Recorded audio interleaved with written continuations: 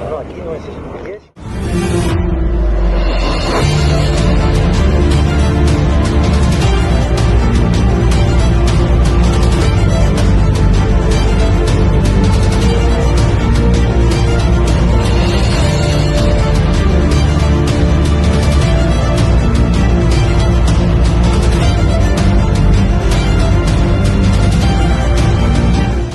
Con mi admiración, orgullo y agradecimiento a la gran labor de la UNIT 45. España entera tiene una deuda de gratitud por su compromiso con la paz en esta zona tan difícil del mundo, dejando muy alto el valor de España. Gracias infinitas por su coraje.